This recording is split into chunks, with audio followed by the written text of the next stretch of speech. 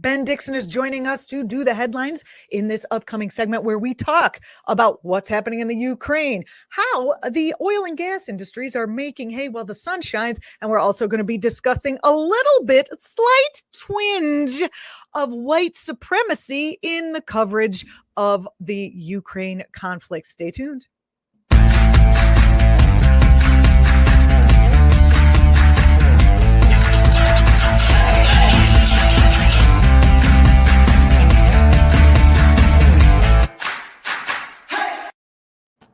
Hi, Ben. Thanks for joining me today.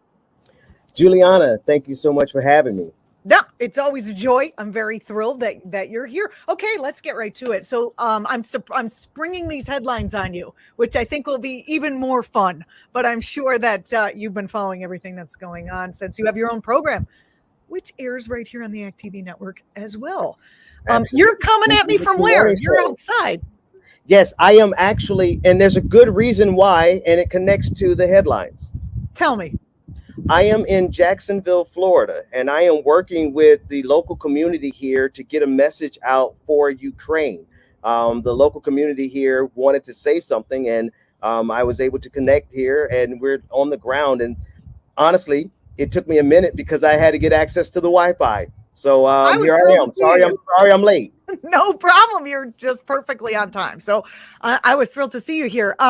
Wasn't sure if it was going to work out, but happy to have you. So the crisis in the Ukraine is obviously continuing to spark worldwide unrest. Fox News switched from loving Putin to wanting him dead in less than 24 hours. Like, seriously, Tucker Carlson, first he was doing this, and then he was doing this, blaming Putin. And then, of course, he decided to just go back to blaming Biden. Now he's doing this. That's what he's doing. What do you make of the fact that Fox News followers still listen to their network, even when their network is basically at odds with itself over the course of less than a day?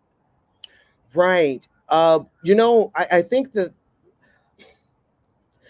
Julianna, it worries me about it worries me about whether or not they're rational actors, right? One of the things we talk about all the time in school about this is rational actors, but the people who can see Fox News flip on a dime and just go right along with them, that's an irrational action, and we have millions of examples of it in real life. Yeah, it's actually really frightening about just how deep the propaganda has convinced them that it's Fox News right or wrong, just like it's Trump right or wrong, just like, it's Republicans right or wrong. It's really sad and scary. Yeah, and it shows us that there are some people, for whatever reason, they're incapable of grappling with the truth. And because they can't process it, that defines them as an irrational actor. I think it's because he somehow mesmerized them with his bow tie that he actually doesn't wear anymore, but somehow I still see it when I look at him. And that was the other thing. I was going to answer this question first, because the thing that jumped out to me was the fact that this was a game for Tucker Carlson. See, he's able to switch sides now because he's safe inside of the empire, but he's a part of the pan-reactionary movement that made this possible. Right. He is the laundromat of white supremacy for the United States. It's the sanitized version of it. I prefer the version I find in Jacksonville, to be quite honest. At least the racists here know how to cook chitlins. Very well said. Actually, I'm going to pivot, Giancarlo. This is going to jump to the video that we're going to play. One of our folks over at act.tv made this compilation video of some of the coverage that's been going on of the Ukraine that is just blatant white supremacy on display. I'm sure you've probably seen it and maybe you've already commented on it, but I'd love to get your thoughts about this for our audience. Let's take a look. These are, it's a compilation video, as I said, that came from Twitter. And as Westerners, many of us don't have firsthand experience with the atrocities of war. It's important for us to continue to show our solidarity with the people of the Ukraine, but it's also important to call out these egregious statements by people in the mainstream corporate media. Let's take a look at the mashup. Isn't a place, with all due respect, like Iraq or Afghanistan, that has seen conflict raging for decades. This is a relatively civilized, relatively European, I have to choose those words carefully too, city where you wouldn't expect that or hope that it's going to happen. It's very emotional for me because I see European people with blue eyes and blonde hair being killed, children being killed every day with Putin's missiles. Poland was one of the EU countries that, was hesitant to take in refugees. Talk about what has changed and the different position now.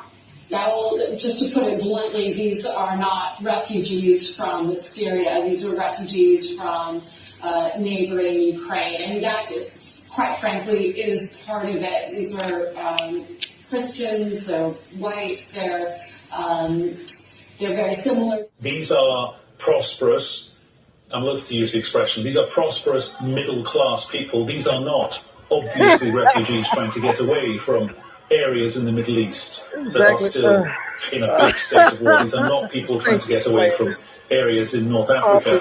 They look like any European family that you would live next door to. Now the unthinkable has happened to them. And this is not a developing third world nation. This is Europe. I mean, rich whites, Ben. It's rich whites. We must. I think you guys put that together just for me, didn't you? We did, kind of. I was like, hey, guess who's coming on the show tomorrow? Ben Dixon. What should we talk about? Oh, you white people know how to stir black people up. I tell you that much. I got the blood boiling. Did you see this already? I mean, any one of those clips could be, we could spend an hour like deconstructing them. Yeah. Oh, if you would allow me, let me see if I could do it in 60 seconds. Take your time.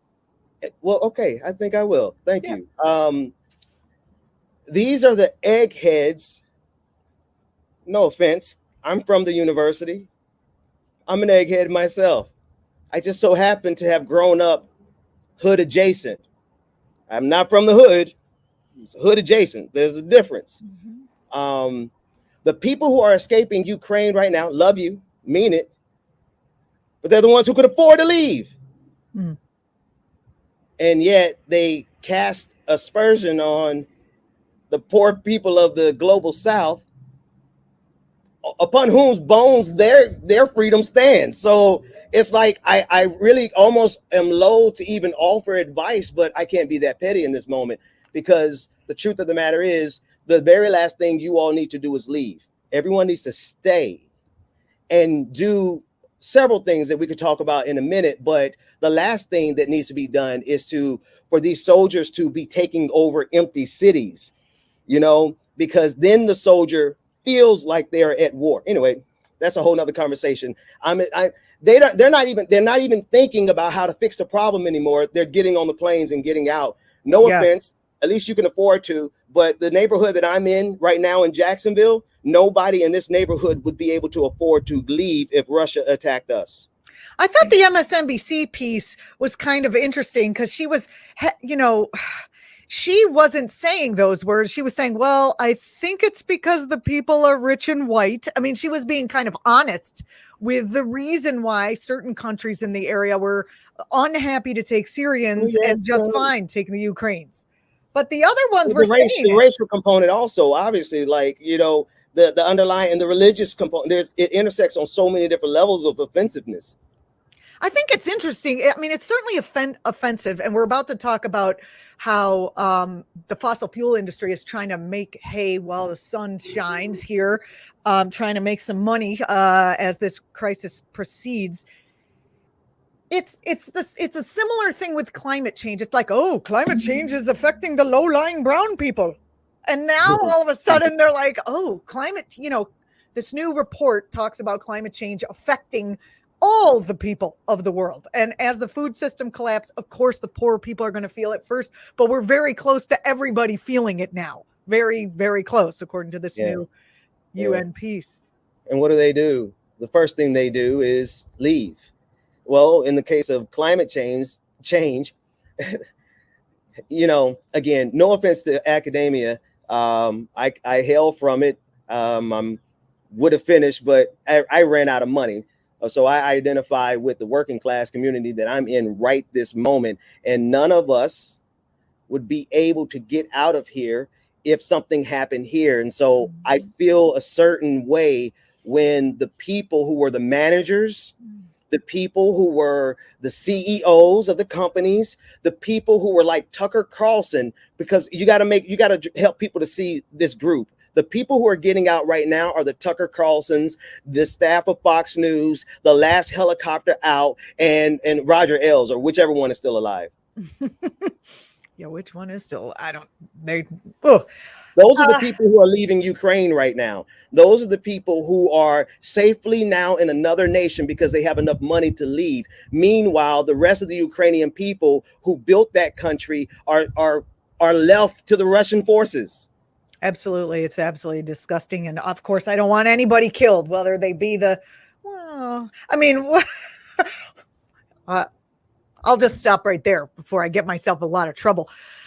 We also have, in addition to Fox News here in the country, we also have RT America on Russian state media, where everyone is blaming NATO for expanding and provoking the beast. And first of all, a beast is a beast, whether he is provoked or not. Putin's been planning this for a long time. And NATO is, of course, going to expand. I mean, if they didn't expand, how would Lockheed Martin make $17.7 billion in profit in just Q4? That's Q4. That's it. That's profit. That's profit. I actually have a recommendation. I'm sorry. Go ahead, Julianna. Let me not be what I was going to say was maybe we're about to say the same thing. Why don't you go ahead? You're the guest. No. You know what? We probably could be, and I would love to hear you. All right. So this is what I'm saying. First of all, just for some context, we still have this for-profit arms industry in this world and in this country, and NATO countries have to meet a certain armament threshold with certain specific types of munitions, and that means they have to buy arms in order to stay in NATO. Cha-ching! And the more countries that open up to NATO, the more arms that can be sold. So it's really a voracious desire for profit that pushed the West to expand the alliance, just like the NRA at home wants to arm teachers with guns they'll happily sell them to protect school kids from the guns they happily sold to the school shooters. It's the same shit. And as I have said in the past, and I know it sounds so far outside of normal political and economic discourse, but a ban on profiteering on the creation or sale of arms is the answer. Super socialists call this the nationalization of the arms industry. And thereby bringing it under, hopefully, democratic control. My plan, those who makes weapons, because, come on, we're dealing with the human race here, and sometimes weapons are necessary. Those people who work in the factories get paid a living wage. Those who administrate those factories and the operation be paid a wage compensatory to their skill level, but not more than 10 or 20% higher than the labor force.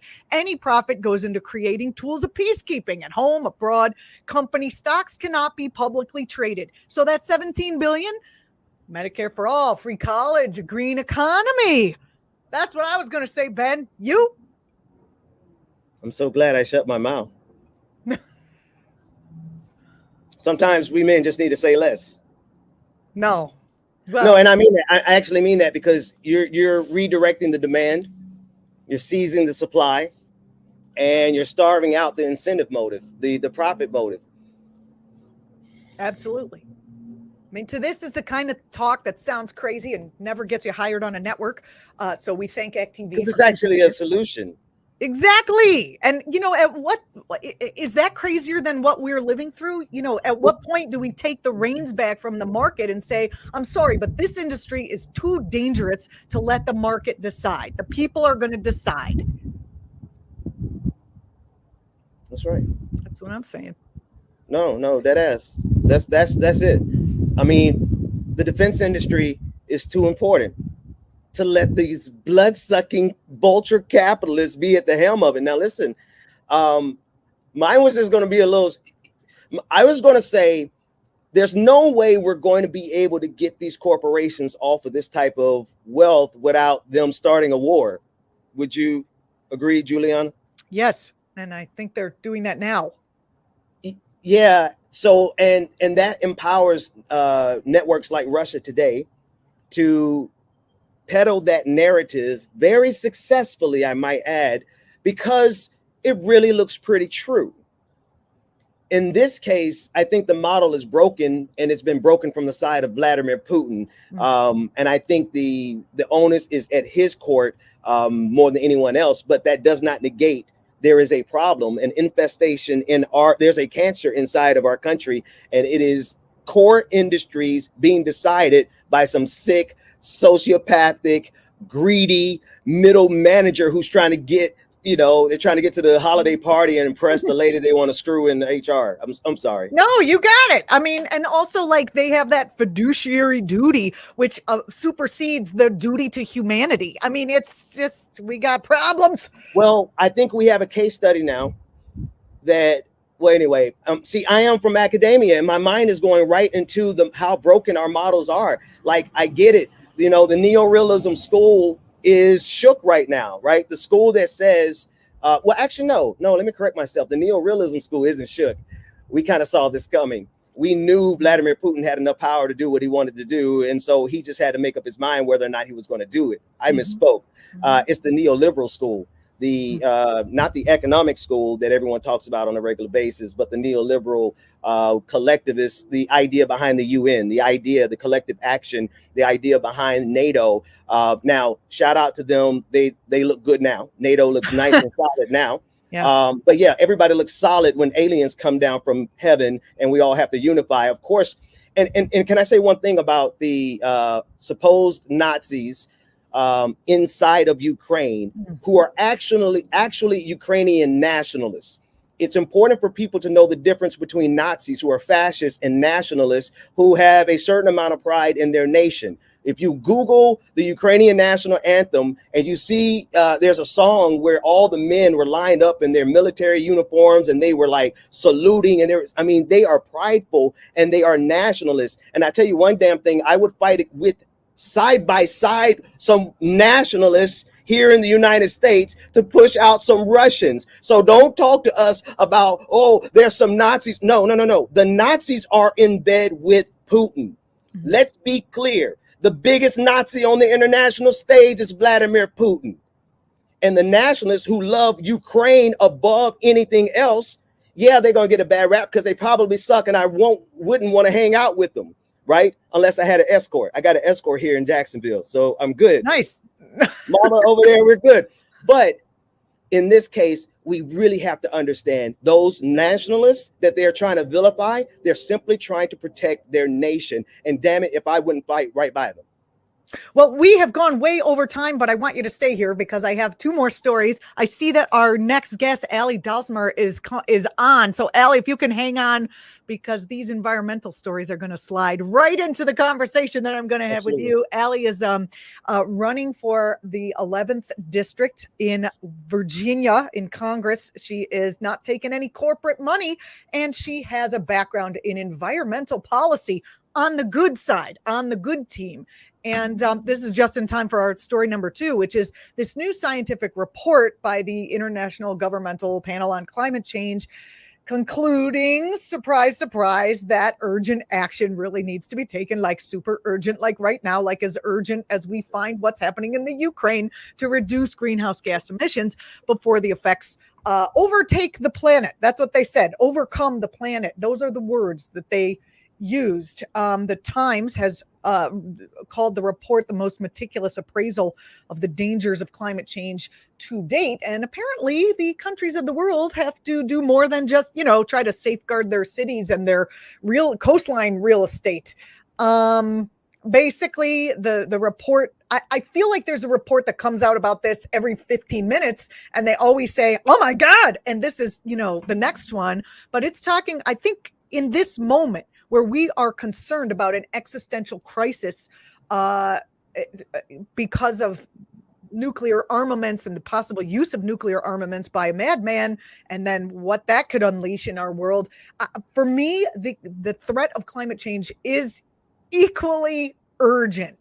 And I'll tell you, the United Nations Secretary General, he said that the report, he called it an atlas of human suffering and a damning indictment of failed climate leadership. But can we blame the leaders who are bought by the corporations, or in one man's case, failed to fight for their actual presidency that they actually won. Al Gore, you're in Florida right now, Ben, where he lost it. But instead, you know, he made a movie about climate change and then bought a TV network that actually talked about climate change and was a space for real progressive news and views, a challenge that we could use right now to CNN and Fox. But then, of course, he sold it and he made a lot of money. And so we have no actual network. But anyway, that's a lot to say all in one breath. The report reveals how people on the planet are already getting clobbered by climate change. As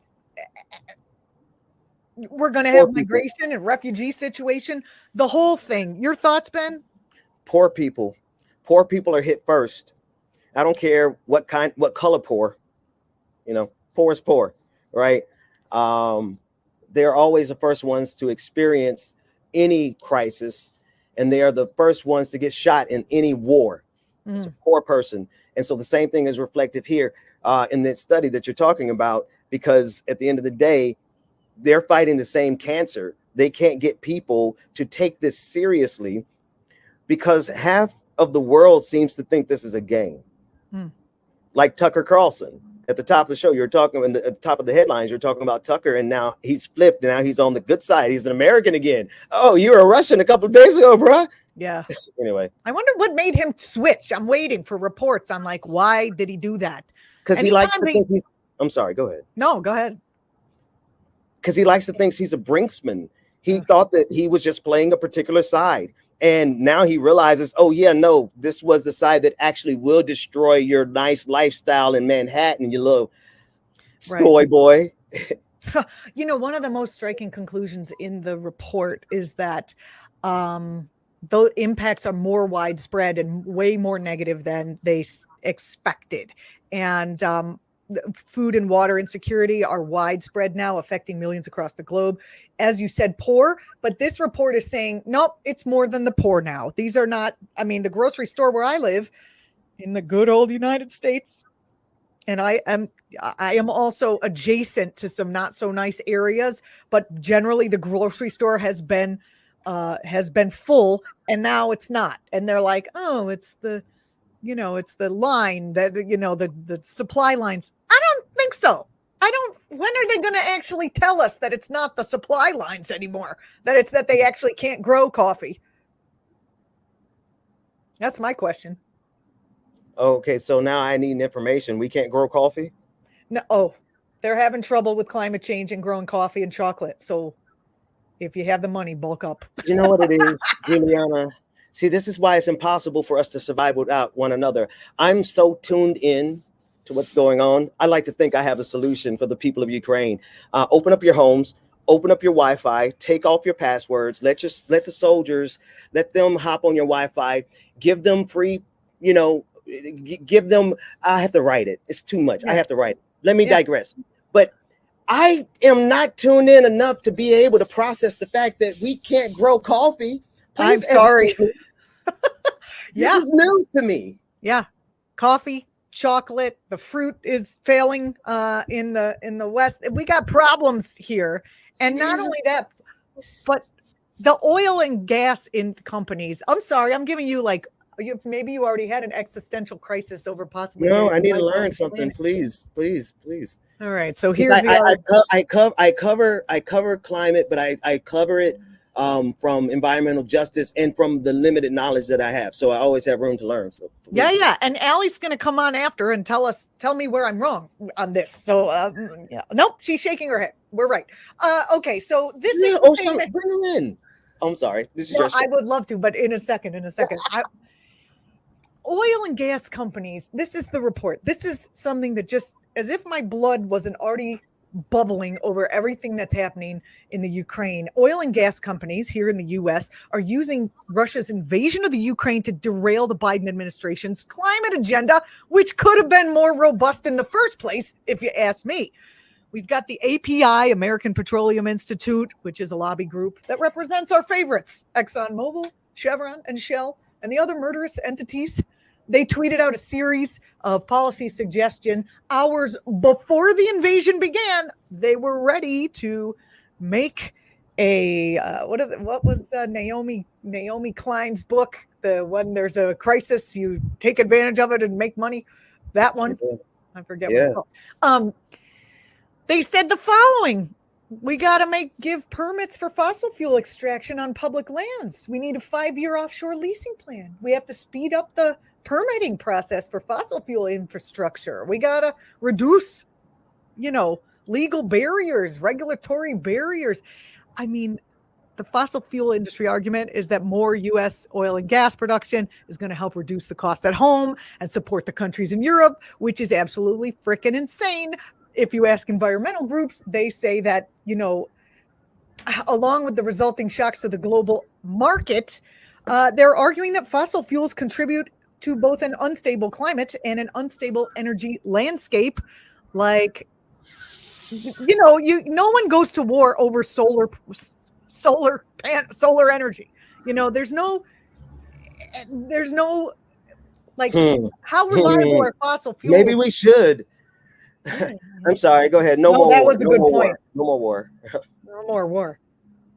I mean, how reliable are fossil fuels when any big storm that happens, any war that pops up, the reality is thrown into question, Are we going to go one way or the other? Are we going to go toward killing everything by doing more oil and gas because it got cut off by a war? Or are we going to go the right way, the life affirming way?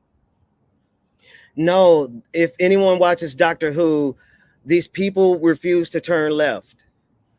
They just refuse to turn left. They are going to always choose to go right. And what a perfect analog, because they're fascists. They are the right wing. This is the grand pan-reactionary moment. We should mark this. This is the big push of all their secret meetings in the background, because Julianna, I think I heard you say that they had this press release ready right at the beginning of this. Oh, yeah. So that shows us who the traitors are in our country. They knew about this. Let's get some FOIA requests on that. Somebody investigate that. Yeah, good point. Republican lawmakers have been repeating the industry calls for more oil and gas production, of course, because they are bought off by those industries. There's also a nice fat 10 Dems who wrote a letter to Biden saying, release the oil petroleum reserves and lower the costs in the short term. It's fucking gross. Some of them even said, if they lower the costs in the short term, they're trying to flood. I'm trying to think of the economic impact, because really they're playing a short-term game. Remember at the beginning of the pandemic when the gas prices were really, really low and we all celebrated? Well, there were people who were shorting the markets that made a whole lot of money. And so this is just another game that they played like in 2008, when you had people who, even though everyone else lost everything, they were shorting the markets and they made it out filthy rich. This is just the next movement of this. Good point, Ben Dixon. Here's another funny thing, Ben. They said, oh, well, we should start up the Keystone pipeline again. We should open that back up. And that is just a huge assumption that we're all a bunch of morons, because, I mean, a lot of us are. But anyway, the Keystone pipeline does not process oil through the system. So that is ridiculous. That is absolutely, they're just trying to. Wow. So we have the Keystone pipeline over here, and we have the one over there that is at the core of the battle in Ukraine. So it's about the oil. So maybe, they've gone to war on us for years, for centuries, over oil. I don't know. Maybe we should go to war with them over some green. It's for some solar panels, damn it. I know, just put the panels on, for crying out loud. Well, it could go one of two ways, right? We Absolutely. could just say, turn left or right. We're going to forget about the climate problem and just go all out, full out war and forget about everything. Or let's take this moment to realize that security depends on a green energy economy. Anyone? That's right. That's right. There's an opportunity for some enterprising socialists. Like ourselves, perhaps. Mm-hmm. Ben, I appreciate you coming on. I appreciate you coming on even while you're doing your work down in Florida. You're not coming from the home studio. So I need a plug. I need a connection. If anyone knows the Ukrainian community in Jacksonville, I'd like to get connected deeper because we want to hear from people in the United States who are connected to the people of Ukraine. We need to hear from them. Ben, give us your Twitter handle. We'll have the people reach out if they know anybody. Thank you. At Benjamin P. Dixon on Twitter. Thank you so much for being on the show. And I look forward to having you back next time. Thank you so much. My pleasure. You're watching Act TV.